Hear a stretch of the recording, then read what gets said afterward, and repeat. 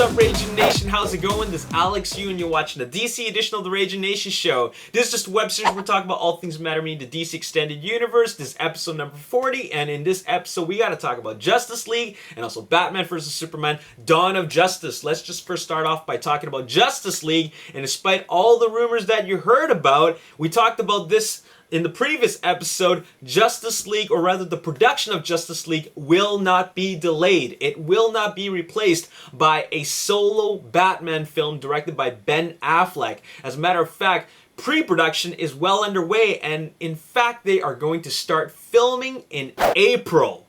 That is exciting, that is official, and that is 100% confirmation. Let's just see what they had to say about the filming of Justice League. The idea that we could begin to boot up a Justice League concept was a cool thing. It was a little bit of an about time moment, and I don't blame the studio for feeling that way because it's a long time coming. But I do feel like it's a little bit of a creative hurdle. It seems like an easy thing to do at first glance. The idea that, oh, we just get the rest of the superheroes in there, but you have to establish a world where they can exist. And by that, they're referring to, of course, Batman vs. Superman: Dawn of Justice, which is the film that will be the prologue to Justice League's Part 1 and 2. Now, this is official because not only was it announced, but also Zack Snyder himself tweeted a photo, and in this photo, it shows that he's well underway in pre-production. And let's just take a look at this photo. Deep in it with Jason on JL, hashtag Aquaman, hashtag Justice League, hashtag Leavesden, at Pride of Gypsies. At Pride of Gypsies is Jason Momoa's official Twitter. Leavesden is, of course, Leavesden Studios in the UK. And, of course, Jason Momoa will be playing Aquaman. Now, let's take a look at this photo. We got Zack Snyder and Jason Momoa. And the very first thing I noticed is that Zack Snyder looks stressed, for lack of a better term. I mean, think about it. He directed Man of Steel. He's working on Batman vs. Superman: Dawn of Justice. He's probably putting the finishing touches on it. And then he's going right into Justice League's Part 1 and 2, and he's also the executive producer for Suicide Squad and who knows what other DC Entertainment films. But the fact is that that's a very, very busy man, and he has spent a huge part of his life in the DC universe. I'm talking about years and years and years. So this is what happens to your body. Look at him. He's lost a lot of weight. Last time I saw him in an interview, he looked quite fit. And as a matter of fact, he looked quite beefy. But he looks like he hasn't really had much time to eat. And, much respect to Zack Snyder because, I like him as a director. He's a very visionary director. He has his own sense of style. And he produces a lot of films that are very, very creative. And, well, you know what? Let's take a look at this photo some more. We see in the background a lot of costumes. These costumes will be used in the film. But what's very, very interesting is that we get our very, very first look at the Flash's costume. The Flash is, of course, appearing in Justice League Part 1. I'm pretty sure he will make a cameo appearance in Dawn of Justice. But the Flash will be appearing, of course, 100% in Justice League Part 1. And he will be played by Ezra Miller. So there's our very first pre-production photo of Justice League right before they start filming in April. Now, when I say Justice League filming in April, I'm referring to Parts 1 and Parts 2. Justice League Part 1, Justice League Part 2. They're filming it simultaneously or back-to-back, whatever you want to call it. And this is, of course, the most efficient way to do this because, well, Justice League Part 1 is coming in November 17, 2017.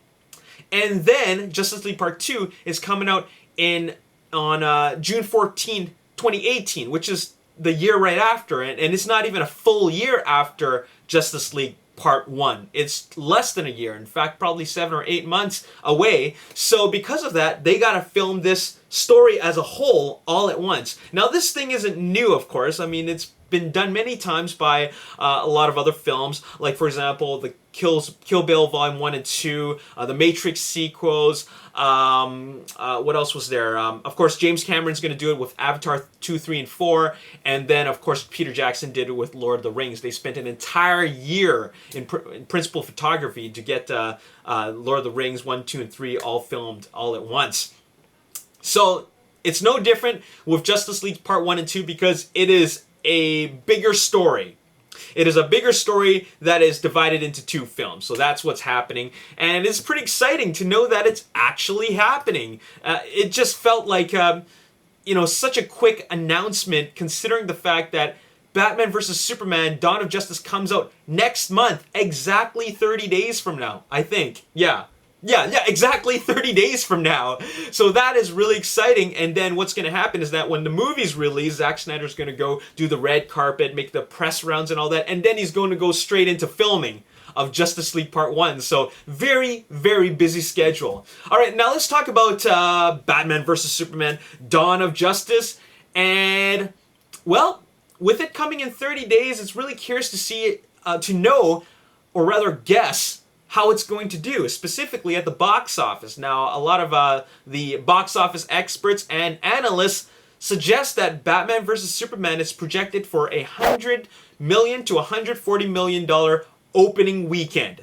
That's a pretty big opening weekend when you think about it, but that number is very, very, it's very, very far apart from each other. 100 million to 140 million? That's a pretty wide range. Now, this is just the box office estimate from box office analysts who've spent years and years analyzing box office. So, I trust them most of the time, but there are times when they're completely way off. For example, box office analysts and the studios projected a $70 million opening for Deadpool, an R-rated film, but they got double that at $135 million. So $100 to $140 million seems like a lot of money, but I mean, well, you know what? Let's take a look at let's look at things in perspective. Okay, let's put things in perspective. Let's take a look at the highest grossing comic book adaptations. Marvel's The Avengers, 200 million. Age of Ultron, 200 million. Iron Man 3, 175 million. Dark Knight Rises and The Dark Knight, 160 million. So 2 DC films right there. Let's go down a bit. And Man of Steel, which is number 9. Another DC film, which is the prequel to Batman vs. Superman Dawn of Justice, 116 million.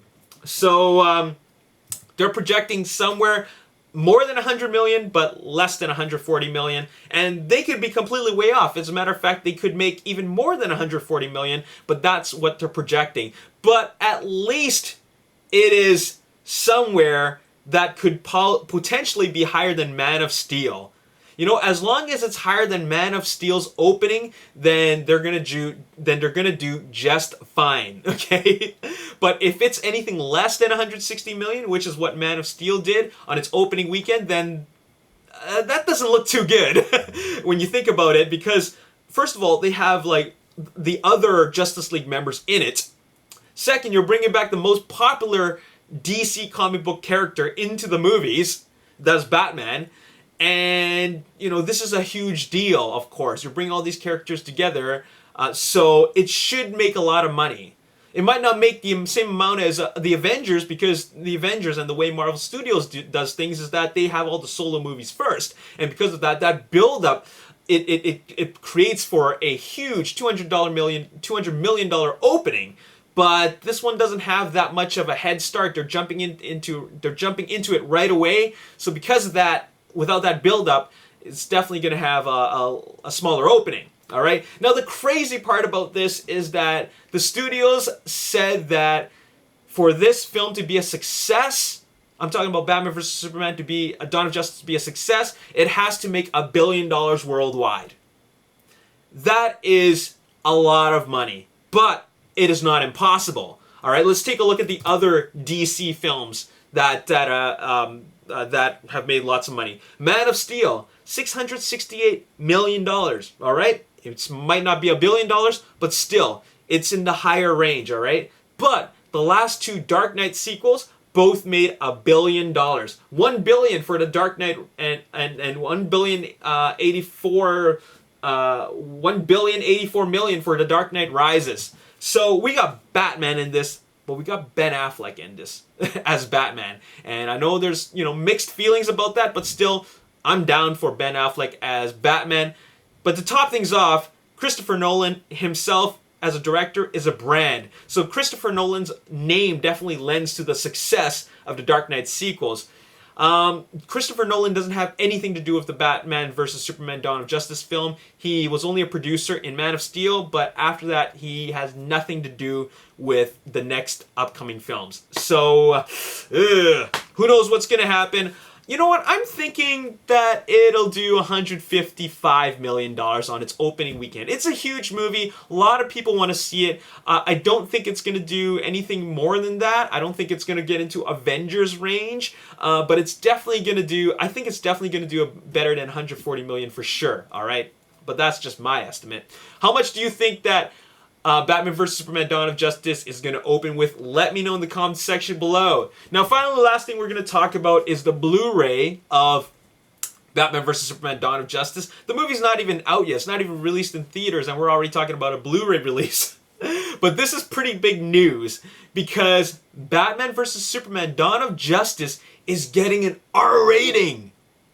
But not for its theatrical release. It's for its extended edition Blu-ray release. That is awesome to know that we are getting an R rating for a Batman vs. Superman Dawn of Justice extended edition.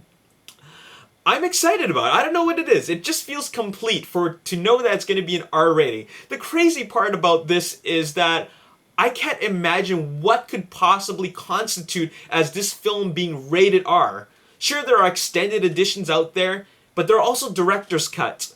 And I respect director's cuts more than extended editions in a way, mainly because the director's cut is the director's vision. And the director's vision actually makes sense because that's his story, the way he wanted to tell the movie, without it getting chopped up by the studios. An extended edition is actually a commercial release. By commercial release, I'm talking about an incentive for you to want to buy it on home video release if you weren't too satisfied with the theatrical release of the film. So this gives you an incentive. It's just like the X-Men Days of Future Past Rogue cut. It gives you an incentive to watch or to buy or rebuy the Blu-ray again. All right. So this is an incentive for you to buy the Blu-ray. And the reason why I think that they're announcing this so early is because maybe the studios are a little bit worried about how this film is going to do. I don't know. I'm just thinking that with the mixed reactions from the test screenings, maybe they're trying to find ways to really push the sales of this film, both theatrically and also on home video release. Now let's just talk about this R rating. What could possibly constitute as an R rating for a comic book film like Batman vs. Superman Dawn of Justice? It's an extended edition, so there's going to be a lot more footage. It's probably just going to be the deleted scenes spliced back into the theatrical release of the film, with no real direction of why it should be in there. But if it's going to be an R-rated extended edition, I imagine it's because of the action and the violence. But we're talking about Batman versus Superman. Superman doesn't really wound. Batman with his armor, you don't really see much of his blood. So I don't know what they're going to do with regards to the blood and gore, if any at all. Is Wonder Woman going to get all wounded when she fights against Doomsday? The only thing I can think of is Doomsday really putting a beating on these characters and doing it in a very violent visual way. But other than that, I can't think of anything that would really constitute as an R rating. I mean, maybe they're going to just drop F-bombs here and there. And I'm just thinking that, did Zack Snyder even direct this film with an R rating originally? Because there's some directors that do that. They actually shoot for an R rating, but they cut it down to PG-13. It's been done before. In fact, there is a film that probably nobody cares about. It's Charlie's Angels Full Throttle, which was directed by McG. And what he did was that he shot for an R rating and then toned it down for a PG-13 theatrical release. But on the Blu-ray release, we got the unrated the unrated edition or the director's cut, and it was just a lot more violent and there's more blood in it. All right, but maybe that's what Zack Snyder did. Maybe he did shoot for an R rating, and then they cut it down to PG-13 for a theatrical release, but then they're doing their extended edition with blood. I don't know. It just doesn't seem that plausible because, like, we know that this realm is supposed to be PG-13. Why would it even go to the R rating to begin with? I'm excited about it. I'm excited for the Blu-ray release already. But I just can't help but think that this is some sort of gimmick because of the success of Deadpool. I mean, let's face it. Deadpool was a huge success with an R rating. It's a comic book film with the R rating, which was the massive, massive success. It's on its way to being the highest grossing R-rated film of all time domestically. All right. Now, conveniently, after that, we got Stephen King's It movie, his remake, guaranteeing an R rating. We have Todd McFarlane's Spawn film, guaranteeing an R rating. We have the Death Note live action film, also stating that it's going to be an R-rated film. We also have Wolverine 3, which has been solicited to be an R rating, and then the possibility of X-Force could be rated R. And to top things off, The Hobbit, The Battle of the Five Armies, extended edition Blu-ray is actually rated R. Now, of course, The Hobbit came before Deadpool, but everything else came after Deadpool. Everything else that I talked about came after Deadpool. And with the emphasis on these films being rated R, and also Batman vs. Superman, Dawn of Justice, extended edition Blu-ray being rated R, announcement made after the success of Deadpool. Does anybody see a coincidence, or am I just crazy?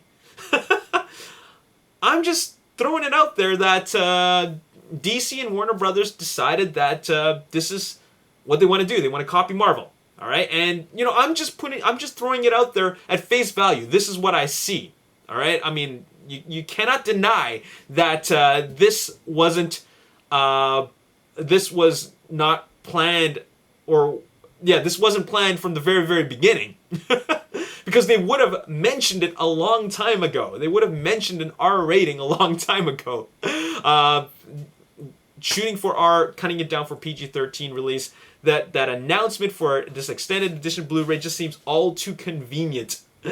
Anyways, that's all I really got to talk about in this video. It's very interesting to see how all this works. Anyways, why don't you let me know in the comment section below how you feel about this extended edition R rating for the Blu-ray, and also what do you think that Batman vs. Superman Dawn of Justice is going to open for domestically? I'm thinking $155 million. I think that's a pretty safe bet. I mean, if you really want to look at it again, Man of Steel did $116 million. Both Avengers did around $200 million. And then the Dark Knight sequels did around $160 million each. So we got a really, really big film. This is essentially the Avengers of the DC Extended Universe, so I think that it has the potential to do better than $140 million. Otherwise, I'm just being overly optimistic if it doesn't. My name's Alex Yu, thanks for watching, and as always, if you enjoyed this video, hit the like button, subscribe to the YouTube channel, like me on Facebook, The Ragin Nation, also follow me on Twitter at Ragin Nation. My name's Alex Yu, and I'll see you next time. Peace. It does it in a very, very amusing way, and it totally works. It totally works for the character, and man, this movie is a lot of fun.